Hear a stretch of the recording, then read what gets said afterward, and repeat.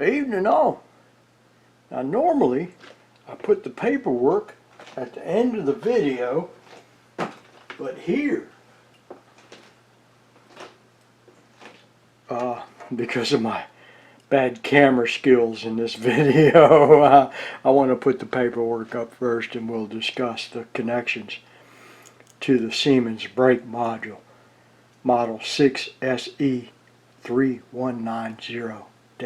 0DX87 2DA0. I left my camera at the house and my tripod at the house, and so I had to use my picture camera with movie capability to make this video. Didn't turn out too well. Normally I put my movie camera up on the tripod and things look a little bit steadier, but here we go. There's an X1 terminal. It has 1 through 10 terminals, and on L1 and L2 terminals 1 and 2 I applied 380 volts AC single phase from the shop's power transformer. Here on 4, 5, and 6 we have relay contacts. I didn't test them and I don't know what their function is, but that's okay. I was only worried that the brake was firing.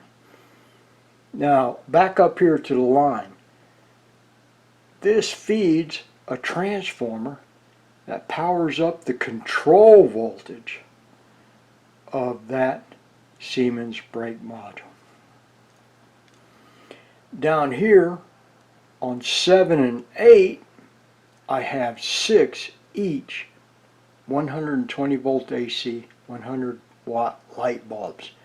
They simulate the braking resistor. Here's 1 light bulb, 2 light bulbs, 3, 4, 5, 6 connected to 7 and 8. Now here's where it gets interesting. On the plus and minus terminals 9 and 10, I brought in a DC bus voltage. Plus bus DC voltage on 9, plus, and bus ground minus on 10 from the voltage doubler circuit. And when I raised that voltage up to about 620 volts DC, the output of 7 and 8 were the light bulbs, the regenerative braking resistor, turned on, indicating that that IGBT was firing to reduce that over voltage at this point right here, 9 and 10. Fascinating. Fascinating. Those Germans, they got good minds. They can think. Alright, can I put up a little bit of circuitry? I got pieces of the circuit mapped out, not the whole thing, but just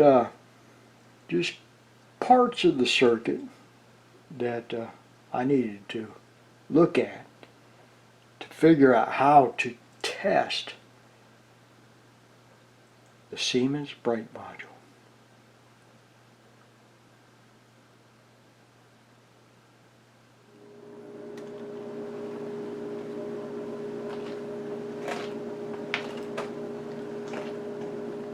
Here are 2 IGBTs in a power module, and that power module is part number BSM50GB120DN2, manufactured by Siemens.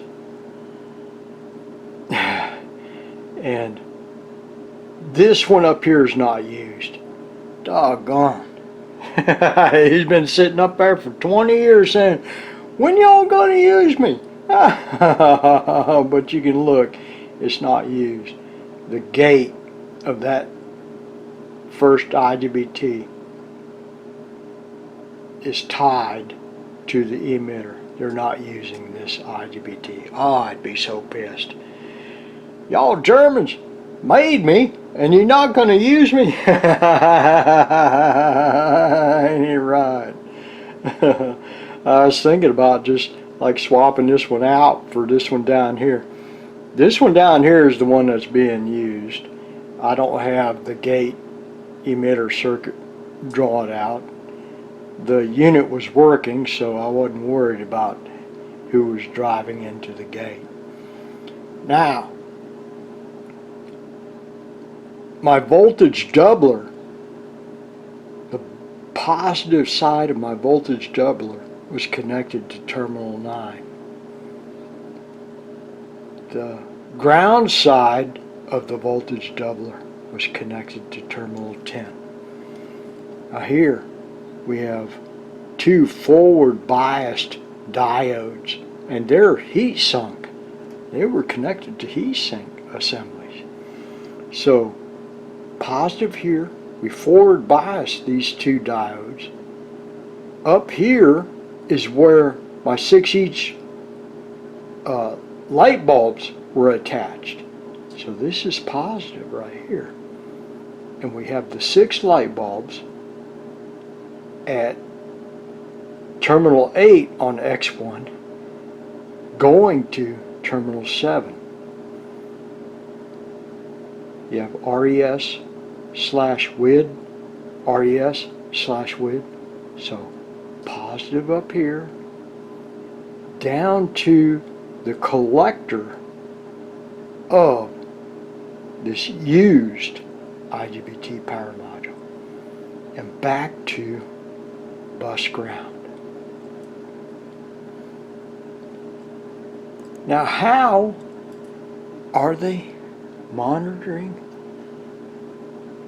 the voltage at this point right here, across this point right here? We come up here through the forward biased diodes on the heatsink assemblies, and we go to A. Let's put that circuit up. Here's point A. Where's my glasses? Get my glasses on. And it goes through 3 each 560 kilo ohm resistors. These are surface mount into the non-inverting input of this LM339 voltage comparator. You don't need to draw out the entire circuit. Just draw what you need to understand that we have a voltage that is reduced across these 3 resistors and going into that non-inverting input. The output of this LM339 is on pin 14. The inverting input is on pin 8. This is the first stage of voltage monitoring. There you go, folks. That wasn't too hard. I'm glad that circuit worked.